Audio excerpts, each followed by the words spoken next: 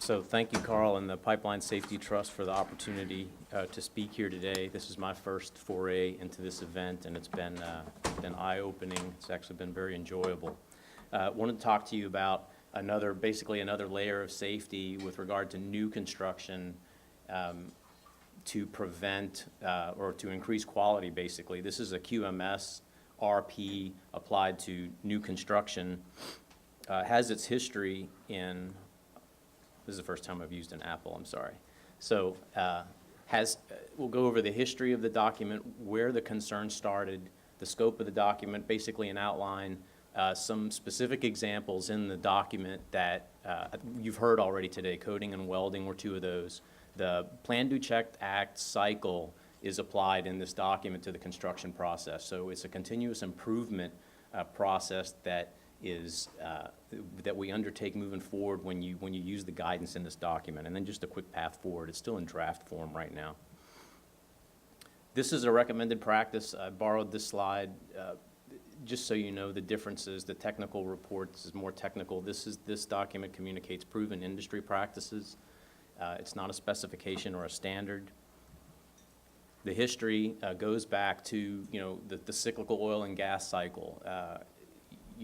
There are rises and falls to that cycle. There are busy times and there are dead times. In a more recent construction boom, a lot of pipeline construction, midstream construction across the United States, oil and gas assets are showing up on the upstream side where there's no connection to the downstream side. So there's midstream movement, probably caught some people off guard.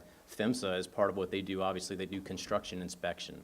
They initially found some issues and ended up addressing two significant issues in advisory bulletins with regard to material quality and also with large diameter welding. Part of their response also included some workshops across the country, bringing the issue to the attention of the industry, further communication with industry leaders, letting them know that there's an issue that needs to be addressed. So the follow-on to this is solicitation of advisory groups and the want for some more guidance on what to do about what PHMSA is seeing on construction inspections. So they solicit DNVGL to put together a study. And what DNVGL comes up with, in the meantime, there were some INGA white papers, I think, that had also been released addressing the issue in the quality management system needed or recommended for pipeline construction moving forward. So the DNV report is really the basis of this document. The input, this used to be a really nice slide. I had everyone's logo on there that was involved in there, but I didn't ask for their permission, so I had to take it off, and it took about 20 minutes to put together. So in the room making this document are owners and operators, plus construction contractors, their subcontractors, engineering companies are in there.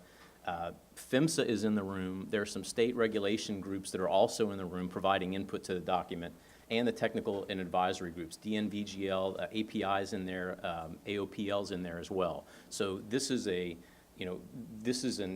broad industry group of people with a common goal of getting to zero and figuring out another way to get there. So the scope of the document, just so you know, we talked about inside the fence issues versus outside the fence. This document is focused mainly on construction from trap to trap. So pig trap to pig trap, jurisdictional segments mostly. It touches a little bit of design and a little bit of commissioning because for proper construction, really, you have to validate your design. There was an agreement within the group that had to be part of the document. You couldn't just focus only on, as soon as you show up in the field and you start clearing right away, this is what we're going to address. It addresses the front end as well. Commissioning, we just talked about post-construction failures. The document touches a little bit on what to do if you're not going to put a line in service immediately, how to treat that situation, which is actually something that's a more recent event with some of the midstream projects. So it addresses the issues that you've heard about. The audience is about the same as the input. It's for owners and operators. Construction firms should be following a QMS when they read this document. Subcontractors, survey firms need to be paying attention to quality management systems, material providers, and everyone else that's involved in the project, basically. 4 different parts of the QMS. We talked about design verification. Review and change control is a big key there, because that's the, you start out with a plan. No matter what project you do, it's going to change over time. Who's in charge of approving the design changes, and who do they need to be communicated to is important. Communication's a big part of that. Contract development and review, making sure that no matter how big or small you are, that you've assessed your scope, you've communicated your scope and schedule, the legal requirements, the permit requirements to build. You're vetting your contractors for quality and safety. Materials procurement and inspection, same story. You're looking for a QMS. You're looking for quality in what you're buying from people. Probably the largest item there is going to be line pipe. Second to that is probably going to be valves.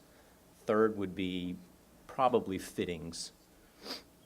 And so the construction side, this is easier to explain. If you think about all of your discrete construction tasks that you have to do, from clearing all the way to stringing to welding, ditching, et cetera, the activity quality plan is one of these PDCA cycles where you take a specification, that's your plan, you do it, then while you're doing it, you check, you develop metrics to make sure you're meeting what your specification says you're supposed to do. And then either on the fly or in a normal review pattern every 2 years, say, for example, you go back and look. It's an after-action review. Do we need to change anything about the specification to make the next job better? So this is the definition of the activity quality plan. The way that I understand it, it's easier for me to understand this as a specification plus. This is a specification that exists, a living document, so to say. It's something that changes, that continuously improves based on your experience in the field. So I'll go through 2 quick examples, 5.3 and 5.5. These aren't necessarily activity quality plans, but they're sort of treated the same way in the document. Progressive checking of engineering drawings. This is on the front end. Before you go to the field, the document points you in the direction of the drawings and making sure that you've identified who's in charge of the drawings, who's in charge of changing the drawings, who's in charge of changing the scope as you get further along into construction, how that's communicated back so that no one's in the dark and you're minimizing mistakes. You're basically increasing quality. This is, I have 2 favorite sides. This is my favorite one because I'm kind of a line pipe freak. Making sure that you have a quality material procedure specification and an inspection plan, especially at a pipe mill, is a big component of this document. It's making sure that you're communicating to your vendors what you expect through the issuance of purchase orders and specifications, creating hold points and checks, basically. You're auditing. When you buy a lot of line pipe, you're buying lots of pipes. You have to create, basically, in your ITP, an audit schedule. Maybe it's every 20th pipe, depending on what you're buying, depending on what diameter, how much. And you're checking for chemical composition. You're checking, does it meet the specifications in terms of wall thickness, ovality, diameter. If you find the mistake in any one of those sample points, then in your plan, you're either going to, in a normal auditing risk cycle, you're going to start cutting more pipe. You're going to go back and look at what you skipped to see, is this piece of pipe just an outlier issue, or is it a more broad thing that needs to be addressed? You communicate that to the pipe mill. The pipe mill knows you're going to do that. They buy into the quality as well. They're part of the QMS. Non-destructive examination is another thing. We have API 5L, good specification, a good, robust line pipe specification that's been through cycles of this is going to be API 5L plus. Non-destructive examination is a good example of that. Full body NDE of a line of a piece of pipe as it comes out of the mill, not necessarily a requirement, but something that you want to put into your specification if you've gone through this PDCA cycle and you've applied it to situations like this on a repetitive basis. So I think most of you know this, but I don't know this, so this is why the slide's up here. Pipeline construction is just a set of assembly line discrete tasks. Activity quality plans in the QMS in this document address each one of these. So, like I said, this is like a specification, living document. You do it, you check, you act, you replan, basically. And it's documenting that cycle that's a big part of the QMS. We talked earlier about welding, making sure that welders are qualified, making sure that you have a legitimate welding procedure qualification, a welding procedure that meets the requirements up front. Welder identification, stenciling, creating a ledger, making sure that you're able to identify the welders, where they welded on the pipe, being able to look back in the future, being able to look back if you run into an issue. You get to capture a lot of data at all these discrete components if you track it while it's going in.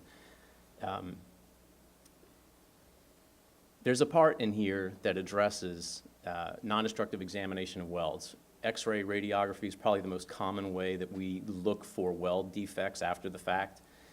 There are instances where instead of, in this linear state, you're building pipe, you're stringing and welding, you're not putting a lot of stress on the pipe.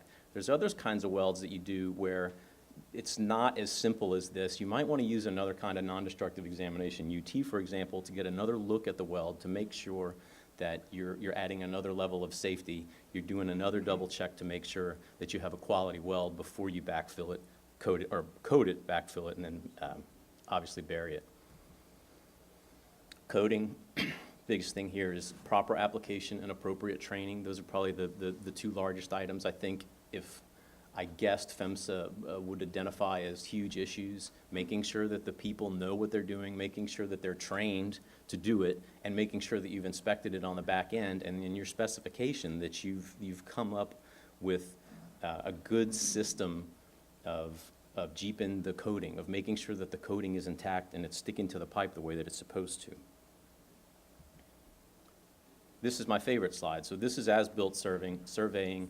The data that we're required under code right now is, there's really only 5 or 6 discrete things, I think, if you look in 195. I'm not a 192 expert, but if you have a good survey activity quality plan and you're using this document to guide you in your AQP and QMS process, you're going to pay attention to some more things. You're going to track as much as you can about every survey point that you can, so that you have the ability in the future to come back and you get a full picture of what's underground after you've buried it.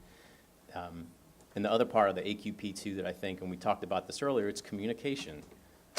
You have to let your survey people know what's going on in your project, timeline, design changes, schedule changes, weather delays, et cetera, letting them know what's going on the right-of-way. Tying in HDD profiles is a huge issue. You have to make sure that the surveyor knows where the HDDs are, whether it's a bore or an HDD, how to connect the dots, when to survey the pipe before it goes in the hole, making sure that by the time you're done from A to Z, you've got a complete picture of what's underground. This is an example that we just put together just to show you each of those blue dots in this segment here. Those are welds.